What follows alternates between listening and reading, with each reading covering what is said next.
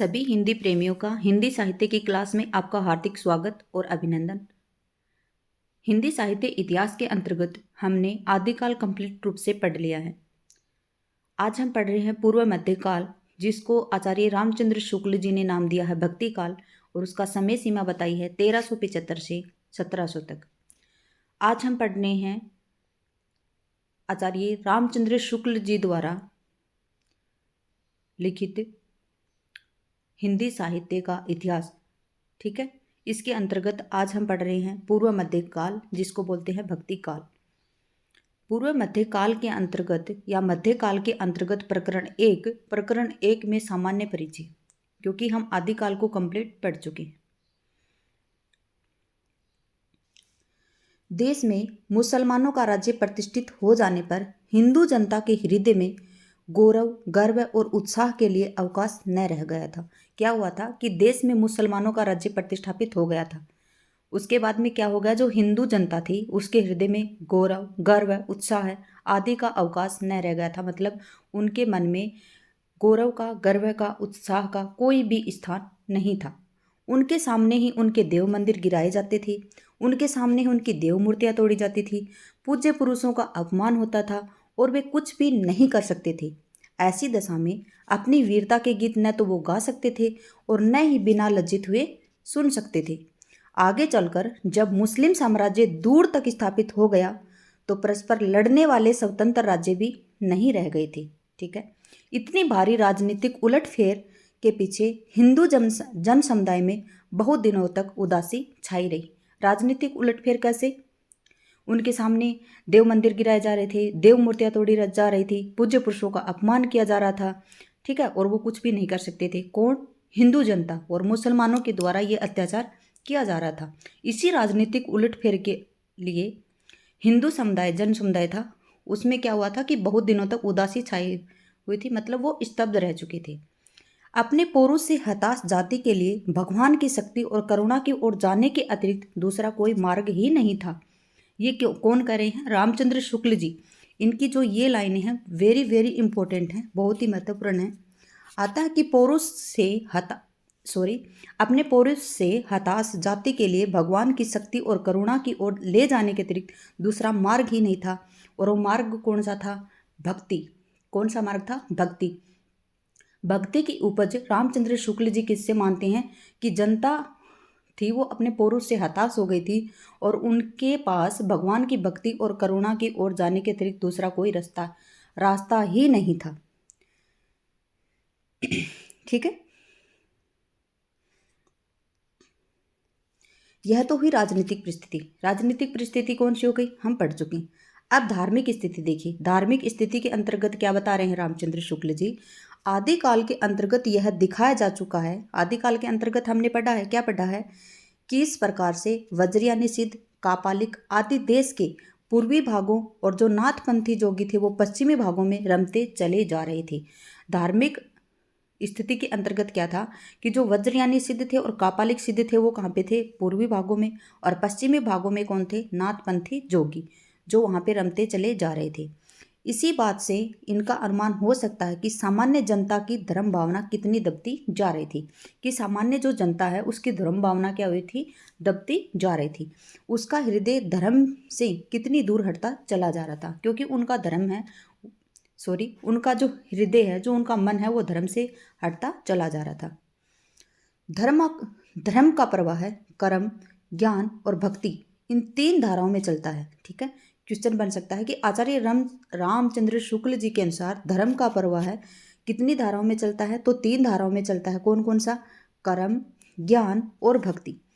इन तीनों के सामंजस्य से धर्म अपनी पूर्ण सजीव दशा में रहता है। अगर कर्म का, ज्ञान का और भक्ति का, अगर तीनों का सामंजस्य होगा तो क्या होगा? धर्म अपनी पूर्ण सजीव दशा में होगा। किसका समन्वय होना चाहिए? तीन धाराओं का समन्वय होना चाहिए। धर्म, ज्ञान और भक्ति। व्यक्ति धार्मिक भी होना चाहिए, कर्म भी करना चाहिए हमें कर्म भी करना चाहिए, ज्ञान भी होना चाहिए और भक्ति भी। किसी एक के अभाव से वह विकलांग हो जाता है। अगर व्यक्ति के पास में इन तीनों में से, धर्म का प्रवाह, कर्म, ज्ञान और भक्ति में से अगर एक भी नहीं है तो क्या होगा? कर्म नहीं होगा तो उसके बिना वो लूला लंगड़ा हो जाएगा, ज्ञान नहीं होगा तो अंधा हो जाएगा, और भक्ति नहीं होगी तो हृदय विहीन होगा और निष्प्राण रहता है। ठीक है, अगर भक्ति नहीं होगी तो क्या होगा? हृदयहीन, हृदयहीन होगा, मतलब हृदय उसके पास में नहीं होगा। ज्ञान के अधिकारी तो सामान्य से बहुत अधिक समुन्नत और विकसित बुद्धि के कुछ थोड़े ही विशिष्ट व्यक्ति ही होते हैं। क्या कि ज्ञान सभी के पास में नहीं होता। ज्ञान और विकसित बुद्धि वाले लोग तो विशिष्ट व्यक्ति होते हैं, मतलब कुछ कुछ गिने चुने होते हैं। लेकिन कर्म और भक्ति सारे जन समुदाय की संपत्ति है। जन समुदाय की संपत्ति क्या है? कर्म और भक्ति। कर्म और भक्ति कर्तव्य आदमी कर सकता है, भक्ति हर कोई आदमी कर सकता है, लेकिन ज्ञान है ना, ज्ञान सभी के पास में नहीं होता है, ज्ञान विशिष्ट लोगों के पास में होता है। ठीक है, हिंदी साहित्य के आदिकाल में कर्म तो क्या है? अर्थ शून्य, विधि विधान, तीर्थाटन, पर्व स्नान इत्यादि के संकुचित घेरे में पहले से ही बहुत कुछ बद्ध चला था। किस प्रकार से? जो कर्म था ना वो अर्थ शून्य हो गया था। विधि विधान में, तीर्थाटन में और पर्व स्नान में इत्यादि के जो संकुचित घेरा, ये संकुचित घेरा है कि क्या करो? तीर्थाटन करो, पर्व स्नान करो, विधि विधान करो, तो उसमें संकुचित घेरे में बद्ध जाता है क्या? कर्म। धर्म क्या है? धर्म भावात्मक अनुभूति या भक्ति, जिसका सूत्रपात कहाँ से हो रहा है? महाभारत काल में, और उसका जो विस्तृत सूत्रपात कहाँ पे हुआ? महाभारत काल में, और विस्तृत प्रवर्तन कहाँ पे हुआ? पुराण काल में हुआ। कहीं कहीं दबती, कहीं कहीं उभरती, किसी प्रकार चली भर आ रही है। कहीं पे ज़्यादा हो गई भक्ति, कहाँ पे कम हो गई, लेकिन महाभारत काल से ही भक्ति परंपरा चली आ रही है।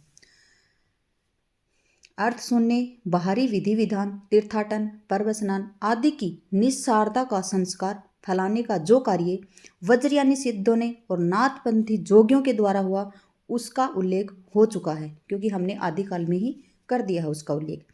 पर उनका उद्देश्य कर्म को उस तंग गड्ढे से निकालकर प्रकृत धर्म के खुले क्षेत्र में लाना न था, बल्कि एक बार के किनारे ढकेल देना था।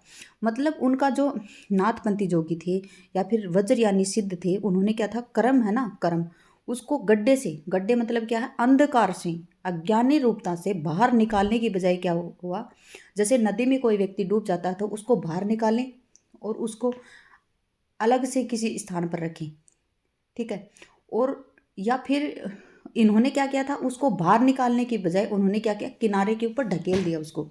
ठीक है, जनता की दृष्टि को आत्म कल्याण और लोक कल्याण विधायक सच्चे कर्मों की ओर ले जाने के बदले उसे वे कर्म क्षेत्र से हटाने लग गए थे। कौन हटाने लगे थे? इन्होंने क्या किया? जो नाथपंथी और वज्र योगी थे, इन्होंने क्या किया कि जनता की दृष्टि आत्म कल्याण और लोक कल्याण, आत्म कल्याण खुद का कल्याण, लोक कल्याण मतलब दूसरों का कल्याण, विधायक सच्चे कर्मों की ओर ले जाने, उन्होंने आत्म कल्याण और लोक कल्याण करने की बजाय उन्होंने क्या किया? उनको कर्म क्षेत्र से ही हटा दिया। उनकी वाणी तो गुह्य रहस्य और सिद्धि लेकर उठी थी। उनकी वाणी क्या थी? गुह्य रहस्य और सिद्धि लेकर उठी थी। अपनी रहस्यदर्शिता को धाक जमाने के लिए क्या करते थे? जो अपनी रहस्यदर्शिता, ये रहस्यवादी है ना, रहस्यात्मक क्या होता है, इसका मैंने अलग से एक वीडियो बनाया हुआ है, उसमें आप समझ लेंगे कि रहस्यवाद क्या होता है। ठीक है, जो रहस्यदर्शिता है उसकी धाक जमाने के लिए वे बाह्य जगत की बातें छोड़ घट के भीतर कोठों की बात बताया करते थे। घट के भीतर मतलब हृदय के भीतर। भक्ति, प्रेम आदि हृदय के प्रकृत भावों का उनकी अंत साधना में कोई स्थान नहीं था। क्या था? भक्ति, प्रेम और हृदय के जो प्राकृत जो भाव थे, उनका अंत साधना में कोई स्थान नहीं था, क्योंकि इनके द्वारा ईश्वर को प्राप्त करना तो सबके लिए सुलभ कहा जाता। इनके द्वारा क्या है? जो नाथपंथी योगी हैं, जो हठ योगी हैं, जो सिद्ध योगी थे, उन्होंने क्या किया था? ईश्वर को जो प्राप्त करते हैं, जो ईश्वर को हम प्राप्त कर सकते हैं, उसका मार्ग इन्होंने सुलभ ही बताया है। सामान्य अशिक्षित और जो अर्ध शिक्षित जनता थी, इनकी वाणियों का प्रभाव इसके अतिरिक्त और क्या हो सकता था? सच्चे शुभ कर्मों के मार्ग से तथा भगवत भक्ति के स्वाभाविक हृदय पद्धति से हटकर अनेक प्रकार के मंत्र, तंत्र, उपचारों में जा उलझे और विश्वास अलौकिक सिद्धियों पर जा जमे। इसी दशा की ओर लक्ष्य करते हुए गोस्वामी तुलसीदास जी ने कहा कि गोरख जगायो जोग और भक्ति भगायो लोग। ठीक है, ये पंक्ति आती है। सारांश यह है कि जिस समय मुसलमान भारत में आए उस समय सच्चे धर्म भाव का बहुत कुछ ह्रास हो चुका था या हो गया था। परिवर्तन के लिए बहुत कड़े धक्कों की आवश्यकता थी। ठीक है। ऊपर जिस अवस्था का दिग्दर्शन हुआ है वह सामान्य जन समुदाय की थी। शास्त्रज्ञ, विद्वानों और सिद्धों और जोगियों की वाणियों का कोई असर नहीं था। ये पढ़ना इतना ज़रूरी नहीं है। ठीक है, इसमें कोई आप पढ़ लेना वीडियो को पॉज करके। ठीक है, हम काम की बातें पढ़ेंगे। देखते हैं इसमें। कालदर्शी भक्त कवि जनता के हृदय को संभालने और लीन रखने के लिए दबी हुई भक्ति को जगाने लगे थे। क्रमशः भक्ति का प्रवाह ऐसा विस्तृत और प्रबल होता गया कि उसकी लपेट में केवल हिंदू जनता ही नहीं, देश में बसने वाले सहृदय मुसलमानों में भी न जाने कितने आ गए। प्रेम स्वरूप ईश्वर को सामने लाकर भक्त कवियों ने हिंदुओं और मुसलमानों दोनों को मनुष्य के सामने रूप में दिखाया और भेदभाव के दृश्यों को हटाकर पीछे कर दिया। ये लाइन यहाँ से आ सकती है, ये पंक्ति कि कालदर्शी भक्त कवि यानी जनता के हृदय को संभालने और लीन रखने के लिए जो दबी हुई भक्ति थी उसको जगाने के लिए क्रमशः भक्ति का प्रवाह, ये देखिए यहाँ पे ये लाइन यहाँ क्रमशः से, भक्ति का प्रवाह ऐसा विस्तृत और प्रबल होता गया कि उसकी लपेट में केवल हिंदू जनता ही नहीं, देश में बसने वाले सहृदय मुसलमानों से भी न जाने कितने आ गए थे। यह कथन किसका है? तो ये रामचंद्र शुक्ल जी का है। ठीक है, यहाँ पे इतना ये कथन बन सकता है। कौन सा? यहाँ से लेकर ये मोस्ट इम्पोर्टेंट जो लाइनें होती हैं ना, पंक्तियाँ होती हैं, इनको आपको ध्यान में रखना चाहिए। फिर क्या है? प्रेम स्वरूप ईश्वर के सामने लाकर भक्त कवियों में हिंदू और मुसलमानों दोनों को मनुष्य के सामने रूप में दिखाया और भेदभाव के दृश्यों को हटाकर पीछे कर दिया। ये भी यहाँ से ये देखिए, रामचंद्र शुक्ल जी का इतिहास इतना इम्पोर्टेंट है कि इसको इतने ध्यान से पढ़ना चाहिए आपको कि यहाँ से कहीं से भी लाइन उठा के दे दी जाती है पंक्ति और आपको बताना पड़ता है। ये देखिए, ये भी वेरी इंपॉर्टेंट लाइन है। भक्ति का जो सोता दक्षिण की ओर धीरे धीरे उत्तर भारत की ओर पहले से ही आ रहा था, उसे राजनीतिक परिवर्तन के कारण शून्य पड़ते हुए जनता के हृदय क्षेत्र में फैलने के लिए पूरा स्थान मिला।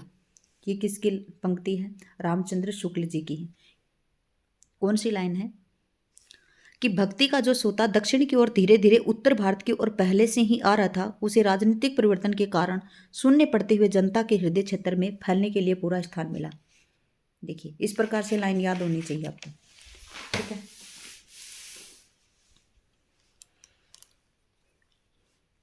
रामानुजाचार्य संवत 1073 से 73 ने, रामानुजाचार्य का समय क्या था? 1073। ठीक है, शास्त्रीय पद्धति से जिस सगुण भक्ति का निरूपण किया उसकी ओर जनता आकर्षित होती चली जा रही थी। रामानुजाचार्य ने जो सगुण भक्ति का जो निरूपण किया था उसकी ओर जनता आकर्षित होने लगी थी।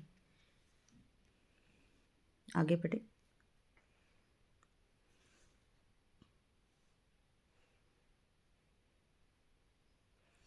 गुजरात में स्वामी मध्वाचार्य जी, गुजरात में कौन थे? स्वामी मध्वाचार्य जी ने अपना द्वैतवादी वैष्णव संप्रदाय चलाया था। मध्वाचार्य ने कौन सा संप्रदाय चलाया था? तो द्वैतवादी वैष्णव संप्रदाय चलाया था, जिसकी ओर बहुत से लोग झुके। देश के पूर्व भाग में जयदेव जी ने कृष्ण प्रेम संगीत की गूंज चली आ रही थी। जयदेव जी के जो कृष्ण प्रेम संगीत थी उनकी गूंज चली आ रही थी। किस साइड से? पूर्व भाग से, देश के पूर्व भाग से, जिसमें सुर में मिथिला के कोकिल विद्यापति ने अपना सुर मिलाया था। विद्यापति के कोकिल कौन थे? विद्यापति ने अपना सुर मिलाया था। उत्तर या मध्य भारत में एक और तो ईसा की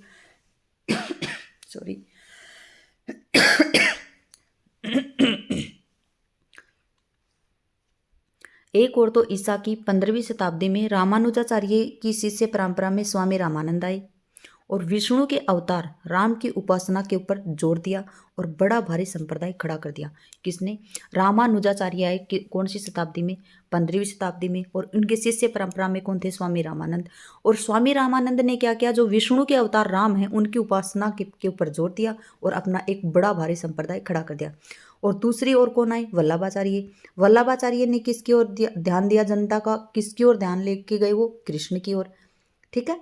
इस प्रकार रामो उपासक और कृष्णोपासक भक्तों की परंपराएं चली, जिसमें आगे चलकर हिंदी काव्य में प्रौढ़ता पर पहुंचाने वाले और जगमगाते रत्नों का विकास हुआ। इन भक्तों में ब्रह्मा सत्य और आनंद स्वरूप का साक्षात्कार राम और कृष्ण के रूप में बाह्य जगत में व्यक्त क्षेत्र में किया गया। देखिए यहाँ पे इस पैराग्राफ से यही है कि रामानंद जी ने तो क्या चलाया?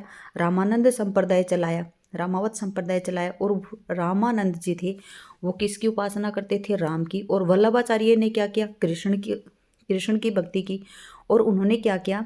जो राम भी हैं और कृष्ण भी हैं, वो किसका अवतार मानते थे? विष्णु का अवतार मानते थे। तो उन्होंने जनता को अपनी ओर आकर्षित किया, इनकी ओर। ठीक है। यहाँ से देखिए भक्ति परंपरा शुरू हो रही है। ठीक है।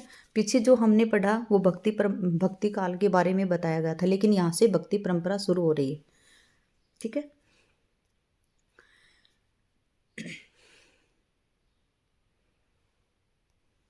एक ओर तो प्राचीन कौन थे?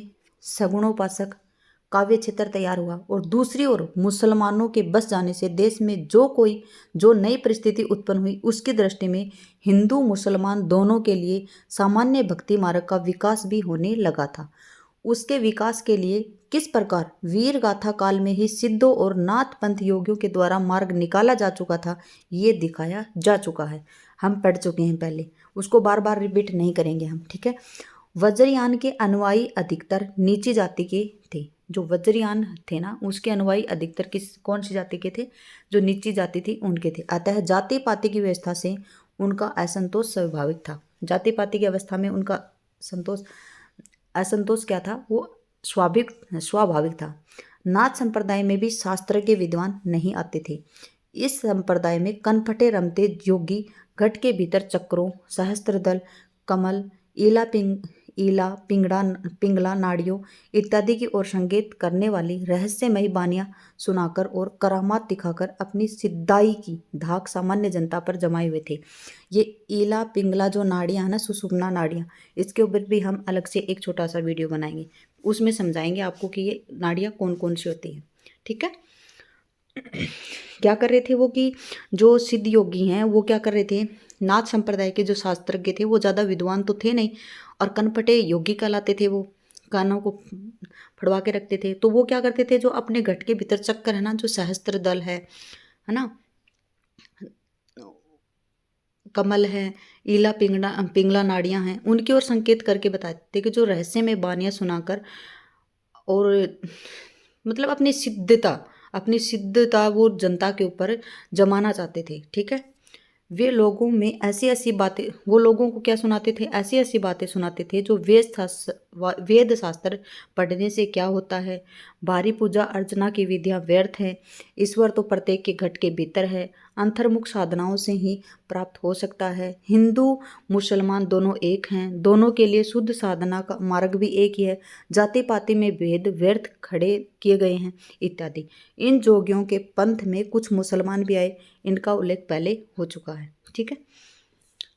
ये बात आप समझ ही रहे होंगे, आप इतने बड़े हो जो कि हिंदी साहित्य का इतिहास पढ़ रहे हो, तो समझ में तो आ रही होगी आपको ये बातें कि जो सिद्ध योगी थे वो क्या थे? कनपटे थे और ज़्यादा ज्ञानी भी नहीं थे। और वो क्या करते थे कि जनता के ऊपर धाक जमाने के लिए अलग अलग से कुछ अजीब अजीब सी मतलब नई नई बातें बताते थे। वेद शास्त्र के पढ़ने से क्या होगा? भारी पूजा अर्चना की विधि है वो व्यर्थ है, ईश्वर तो व्यक्ति के प्रत्येक घट में होता है। और वो क्या करते थे? जो अंतर्मुख साधना है उसी से वो प्राप्त करना चाहते थे। क्या कहते थे कि अंतर्मुख मतलब अंदर, हमारे अंदर ही घट में ही ईश्वर निवास करते हैं। हिंदू मुसलमानों को एक बताते थे।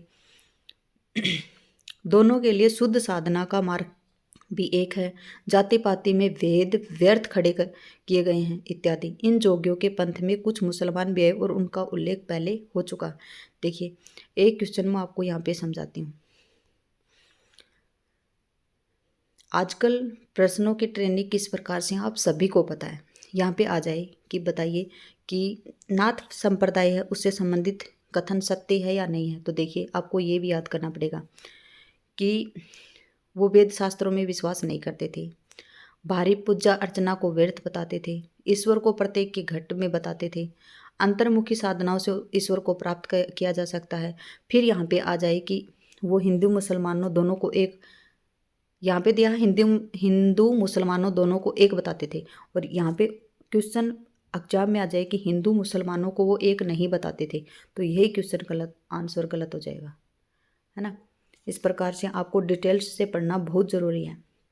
अगर आपको अच्छा एग्जाम क्रैक करना है तो डिटेल्स तो आपको पढ़नी ही पड़ेगी। आप ये नहीं सोच सकते कि मैं डिटेल्स नहीं पढ़ सकता या नहीं पढ़ सकती, आपको डिटेल्स बिल्कुल पढ़नी ही पड़ेगी डिटेल से, और समझना भी पड़ेगा। आज आप हिंदी साहित्य का इतिहास पढ़ रहे हैं तो आप छोटे बच्चे तो हैं नहीं, आप टीजीटी नहीं पीजीटी या फिर लेक्चरर, सहायक आचार्य, असिस्टेंट प्रोफेसर बोलते हैं, उनकी तैयारी करने वाले बच्चे ही पढ़ते हैं इनको, ठीक है।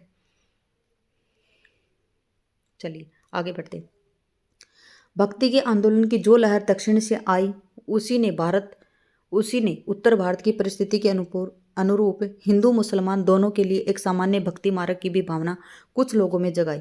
हृदय पक्ष शून्य सामान्य अंत साधना का मार्ग निकालने का प्रत्येक नाथपंथी कर चुके थे। हम यह कह चुके हैं, पर रागात्मक तत्व से रहित साधना से ही मनुष्य की आत्मा तृप्त नहीं हो सकती। महाराष्ट्र देश के प्रसिद्ध भक्त कौन थे? नामदेव ने हिंदू मुस्लिम दोनों के लिए एक सामान्य भक्ति मार्ग का भी आभास दिया है। उनके पीछे कबीरदास ने विशेष तत्परता के साथ एक व्यवस्थित रूप से यह मार्ग निर्गुण पंथ के नाम से चलाया है। नामदेव जी एक ऐसे कवि हैं या भक्त हैं, या आप कुछ भी समझ लीजिए, ये निर्गुण और सगुण दोनों भक्ति परंपरा के अंतर्गत आते हैं, ठीक है।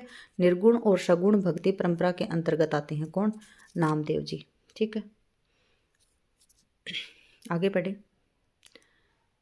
जैसे कि पहले कहा जा चुका है कि कबीर के लिए नाथपंथी जोगी बहुत कुछ रास्ता निकाल चुके थे। कबीर के लिए नाथपंथी जोगी थे, वो बहुत कुछ रास्ता निकाल चुके थे। भेदभाव को निर्दिष्ट करने वाले उपासना के बाहरी विधानों को अलग रखकर उन्होंने अंत साधना पर जोर दिया था।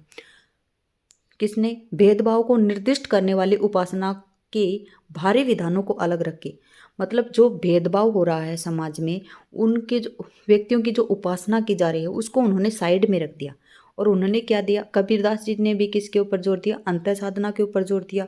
और जो नाथपंथी जोगी थे वो भी अंत साधना पे, क्योंकि जो कबीरदास जी थे वो राम का नाम जरूर लेते थे, लेकिन वो दशरथ पुत्र राम नहीं होते थे। वो राम उनके निर्गुण भक्ति धारा के अंतर्गत निर्गुण होते थे, उनका कोई मतलब रूप नहीं होता था, ठीक है।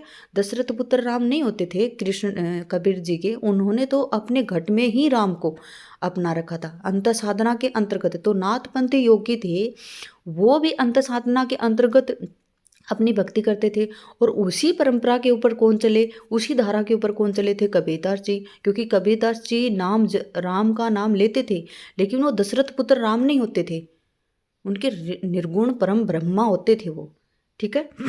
पर नाथपंथियों की अंत साधना हृदय पक्ष शून्य थी, उनमें प्रेमत्व का अभाव था। नाथ पक्ष पंथी होते थे ना, नाथपंथियों की जो अंत साधना थी वो हृदय पक्ष थी। कैसे थी? क्योंकि उसमें प्रेम का अभाव होता था नाथपंथियों में। जबकि कबीर जी थे, वो बहुत सी बातों को अपनी वाणी में जगह देते थे। यह बात उन्हें खटकी, और इसका संकेत उनके ये वचन देते हैं, देखिए। झिलमिल झगड़ा झूलते बाकी रहा न काहूँ, गोरख अटके कालपुर कौन कहावे साहू। बहुत दिवस ते हिंडिया सुनी समाधि लगाई, करहा पड़िया गाड़ी की दूरी परा परिछाई। करहा मतलब कर्ब, मतलब हाथी का बच्चा, और हटियों की क्रिया करने वाला। अतः कबीर ने जिस प्रकार निराकार ईश्वर, मैंने आपको बताया कि उनके ईश्वर का कोई आकार नहीं होता था, निराकार ईश्वर के लिए भारतीय वेदांत का पल्ला पकड़ा, और उसी प्रकार उस निराकार ईश्वर की भक्ति के लिए सूफियों का प्रेमत्व लिया। उन्होंने सूफियों से क्या लिया? प्रेमत्व लिया। प्रेम भावना थी कबीरदास जी ने, वो कहाँ से ली? सूफियों से ली। अंत साधना की जो घटना थी, अंत साधना थी, वो कहाँ से ली? हठ योगियों से ली। निर्गुण पंथ की बड़ी धूमधाम से निकाला। इन्होंने क्या निकाला था? निर्गुण पंथ निकाला था। बात यह थी कि भारतीय भक्ति मार्ग साकार और सगुण रूप को लेकर चला। निर्गुण और निराकार ब्रह्मा भक्ति या प्रेम का विषय नहीं माना जाता था। जो भारतीय भक्ति मार्ग था वो किसको लेकर चला? साकार और सगुण रूप को लेकर चला। और जो निर्गुण और निराकार ब्रह्मा भक्ति या प्रेम है उसका विषय नहीं माना था उन्होंने। इसमें कोई संदेह नहीं, कबीर ने ठीक ठाक, देखिए ये लाइन भी, ये पंक्ति भी आती है, मैं बार बार में लाइन बोल देती हूँ तो शायद आपको कंफ्यूज हो रहा होगा। ये देखिए, आपने ये क्वेश्चन देखा भी होगा, ये यहाँ से, कि कबीर दास जी ने ठीक मौके पर जनता के उस बड़े भाग को संभाला जो नाथ पंथियों के प्रभाव से, प्रेम भाव और भक्ति रस से शुष्क और शून्य पड़ता जा रहा था। उनके द्वारा, यहाँ तक ये पंक्ति आती है, ये किसने कहा है? तो रामचंद्र शुक्ल जी ने कहा। उनके द्वारा बहुत ही आवश्यक कार्य हुआ।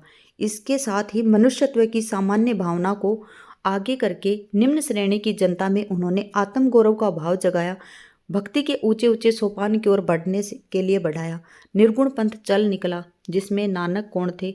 जिसमें नानक, दादू, मलुकदास आदि अनेक संत हुए थे। ये नानक जी हैं, दादू दयाल हैं, मलुकदास हैं, ये निर्गुण पंथी कवि थे, ठीक है, संत थे ये।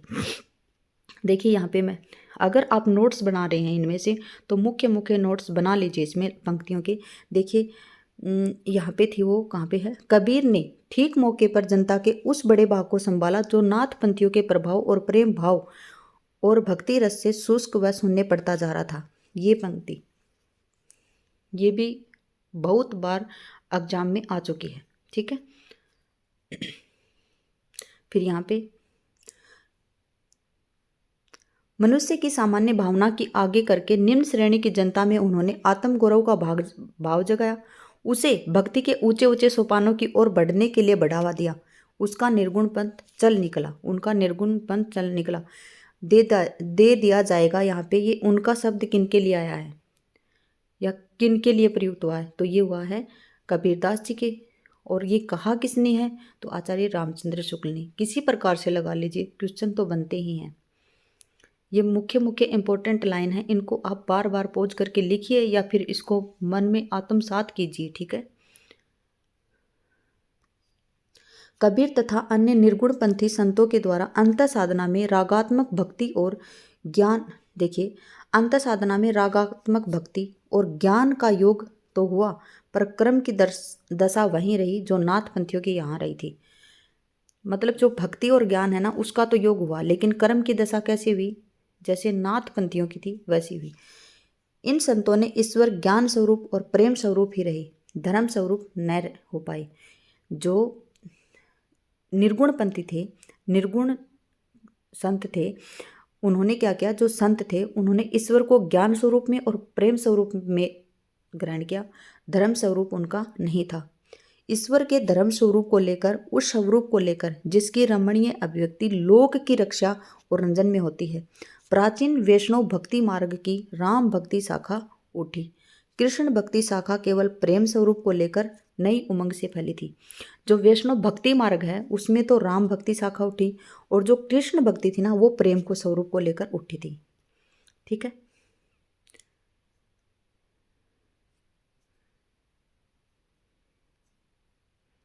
यहाँ तक कर लेते हैं, फिर करेंगे कल, है ना। यहाँ पर एक बात और ध्यान दिला देना आवश्यक प्रतीत होता है। रामचंद्र शुक्ल जी क्या कह रहे हैं कि मैं आपको एक बात और ध्यान दिला देता हूँ। यहाँ पे क्या? साधना के जो 3 अवयव थे ना, हम पढ़ चुके हैं, उनको कर्म, ज्ञान और भक्ति कहे गए हैं। वे सब काल पाकर दोषग्रस्त हो सकते हैं। कर्म अर्थ शून्य विधि विधानों से निकम्मा हो सकता है। कर्म क्या होता है? कर्म है जो अर्थ शून्य विधि विधान करते हैं, उनसे निकम्मा हो सकता है। ज्ञान क्या है? रहस्य और गुह्य भावना से पाषंड पूर्ण हो सकता है। और भक्ति, भक्ति इंद्रियोपयोग की वासना में कलुषित हो सकती है। भक्ति की निष्पत्ति श्रद्धा और प्रेम से होती है। देखिए ये लाइन्स भी आती हैं। भक्ति की निष्पत्ति कहाँ से होती है? श्रद्धा और प्रेम से। और श्रद्धा और प्रेम रामचंद्र शुक्ल जी का एक निबंध है। क्या है? श्रद्धा और प्रेम रामचंद्र शुक्ल जी का एक निबंध है। और वहाँ श्रद्धा और प्रेम के योग से क्या होती है? भक्ति की निष्पत्ति होती है, ठीक है। जहाँ श्रद्धा या पूज्य बुद्धि का अवयव, जिसका लगाव धर्म से होता है, छोड़कर केवल प्रेम लक्षणा भक्ति की ली जाएगी, अतः है वहाँ वह अवश्य विलासिता से ग्रस्त हो जाएगी। ये है ना, ये पैराग्राफ, ये ये बहुत ही इम्पोर्टेंट है, इसको आप ध्यान से पढ़ना और हम अगले वीडियो में इसको दोबारा से समझाएंगे आपको, ठीक है। लेकिन ये याद रखना, ये श्रद्धा और प्रेम है ना, ये श्रद्धा प्रेम के नाम से रामचंद्र शुक्ल जी का एक निबंध भी है। और श्रद्धा और प्रेम के योग से क्या होती है, भक्ति की निष्पत्ति होती है। ये कथन वेरी इंपॉर्टेंट है, ठीक है। और जो कर्म ज्ञान भक्ति इन्होंने बताया है, उसमें क्या बताया कि कर्म अर्थ शून्य होगा कब, जब विधि कर्म अर्थ शून्य विधि विधानों से निकम्मा हो जाएगा। जो अर्थ शून्य जो विधि विधान करते हैं ना, उससे कर्म क्या हो जाएगा, निकम्मा हो जाएगा। और ज्ञान है ना, ज्ञान ज्ञान जो रहस्य और जो गुह्य की भावना, जो रहस्यात्मक भावना बताते हैं ना उससे, और जो गुह्य गुह्य की भावना है उससे पाषंड पूर्ण हो जाएगा। और भक्ति है वो क्या हो जाएगी, इंद्रिय उपभोग की वासना से कलुषित हो जाएगी, ठीक है। भक्ति क्या हो जाएगी, इंद्रिय उपभोग की वासना से कलुषित हो जाएगी।